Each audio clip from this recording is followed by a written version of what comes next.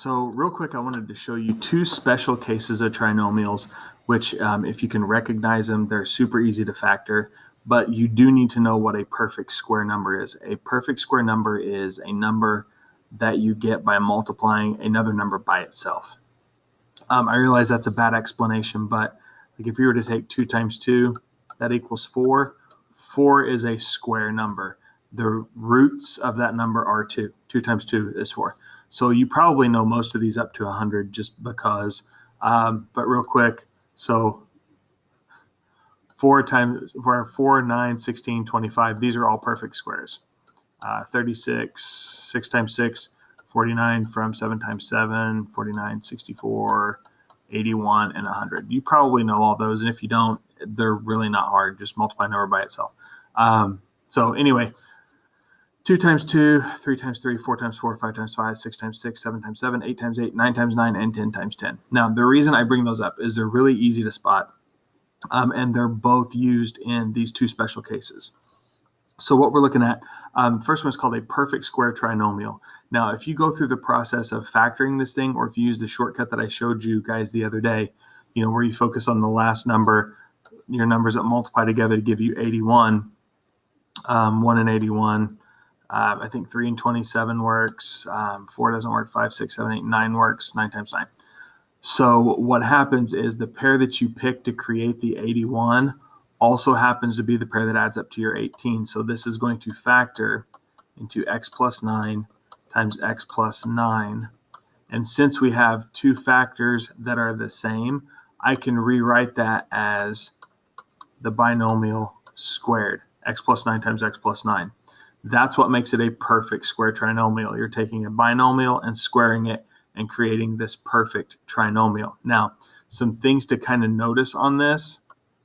The square root of 81 is 9, and then this middle number is always 2 times whatever that root is.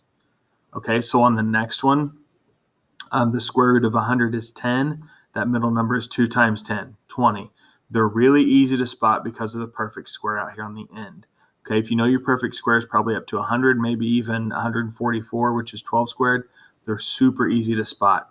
So this guy I know is going to factor into x minus 10,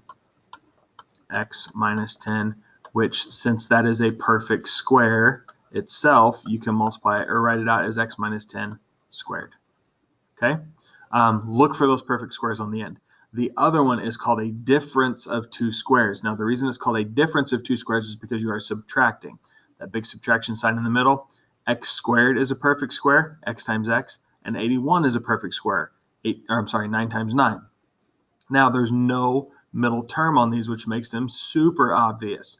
The reason there's no middle term, I'm going to put one in here as a 0, just to kind of illustrate what's happening.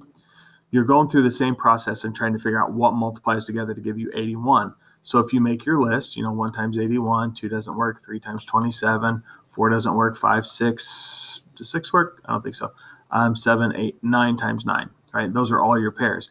The only way you're going to get one of those pairs to add up to 0 is right here. Well, how are you going to get 9s to add up to 0? Well, if one of them is positive and one of them is negative, they'll add to 0 and they'll multiply to negative 81.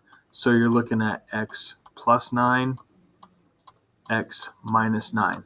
These are super, super easy to spot because there's only two terms and that last number is a perfect square. So that same idea of, checking out what the roots are, 5 and 5, it's just that one needs to be positive and one needs to be negative to create that 0 or the no term in the middle.